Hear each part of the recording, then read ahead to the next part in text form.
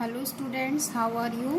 तो बच्चों, आज हम आपको हिंदी फर्स्ट का थर्ड चैप्टर एक्सप्लेन करेंगे, रीड करवाएंगे। तो सारे बच्चे अपनी अपनी हिंदी फर्स्ट की बुक ओपन कर लें, जिसमें थर्ड चैप्टर निकालें, जिसका नाम है सेवा ही सौंदर्य है।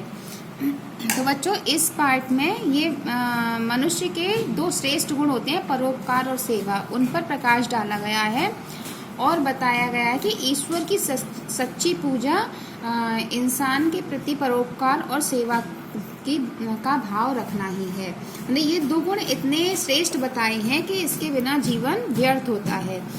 अगर मतलब कि आपने कभी इन हाथों से दान ना दिया हो, चाणक्य ने कहा है कि अगर आपने कभी कोई दान ना दिया हो, कभी कोई वेद गीता भागवत ना सुनी हो, है आँखों से एक सज्जन मनुष्य साधु महात्माओं का दर्शन ना किया हो, है ना, जिसका और अगर आपने अन्याय से धन कमा के अपना पेट भरा है और अभिमान भरा हुआ है आपके अंदर, अभिमान के साथ ऊपर मुंह करके चलते हो, तो ऐसा जीवन व्यर्थ हुआ है। उनका कहना है कि परोपकार ही सबसे बड़ा जीवन होता है। परोपकार शून्य मनुष्य प्रशंसा का पात्र नहीं होता है, वो तो एक पशु के समान होता है, क्योंकि पशु भी सदा कुछ ना कुछ देता रहता है। चमड़ा जब वो मर जाता है तो अपनी चमड़ी को दान देता है, उससे कुछ ना कुछ सामान बनाए जाते हैं। तो जिन मनुष्यों में तप नहीं होता, विद्या नहीं होती, ज्ञान नहीं होता, दान देने की भावना नहीं होती है, शील नहीं होता है ना, तो वह जीवन में कोई भी गुण नहीं है जिसके, तो वे पृथ्वी पर एक पशु के समान है।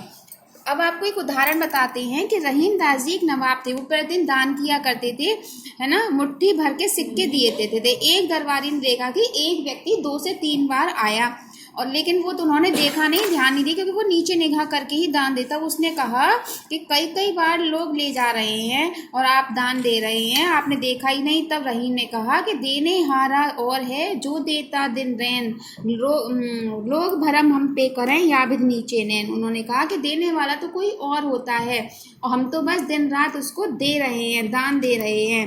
और ये हमको मतलब कि हम लोगों ने वहम पाल रखा है कि हम कर रहे हैं, इसीलिए हमको नीचे निगाह करके ही दान करना चाहिए। महर्षि दयानंद ने भी कहा है कि परोपकार और परहेज साधन का नाम का मनुष्यत्व है। सेवा मानव जीवन का सौंदर्य और श्रृंगार है। मतलब कि निस्वार्थ भाव से, सच्चे मन से जो आप सेवा करते हो, वो आपका असली सौंदर्य है। ऊपरी बनावट, रंग रूप आपका सौंदर्य नहीं है। अगर आपने सबसे बड़ा धर्म जो गहना होता है हमारा, वो सेवा होती है, सेवा धर्म होता है। अगर आपने कभी पानी नहीं पिलाया किसी को, खाना नहीं खिलाया है किसी को, दीन दुखियों की, रोगियों की तन मन से सहायता नहीं करी है, तो आपका जीवन बेकार है। गीता में भी कहा गया है कि श्रद्धा नहीं है तो दान मत दो। मतलब कि अगर आपके मन में श्रद्धा नहीं है जो काम करने के लिए, उस काम को हमें नहीं करना चाहिए। कटु मन से, है ना, खींच कर, दुखी होकर कोई भी दान नहीं करना चाहिए, जिससे क्या होता है कि हमारी बुद्धि का विकास नहीं होता है, हमारी बुद्धि भी क्रूर हो जाती है। सदा यह भावना होनी चाहिए कि सेवा निस्वार्थ हो, उसमें किसी भी तरह का लालच नहीं होना चाहिए। हमें पीपल के वृक्ष की तरह होना चाहिए मनुष्य को, क्योंकि पीपल का वृक्ष हमेशा छाया देता है और उसे सुखी जीवन का आधार भी माना गया है। परोपकार के काम में लगे महानुभाव अपने स्वार्थ को तिलांजलि देकर सफल हो पाते हैं। मतलब कि अगर हम परोपकार कर रहे हैं, सेवा कर रहे हैं, दान दे रहे हैं, तो हमें अपने अंदर से स्वार्थ की भावना को मिटा देना चाहिए। यही सच्ची सेवा होती है। जिन लोगों ने समाज के प्रति त्याग व निर्माण की भावना से काम किया, उनका चरित्र बल ऊंचा था।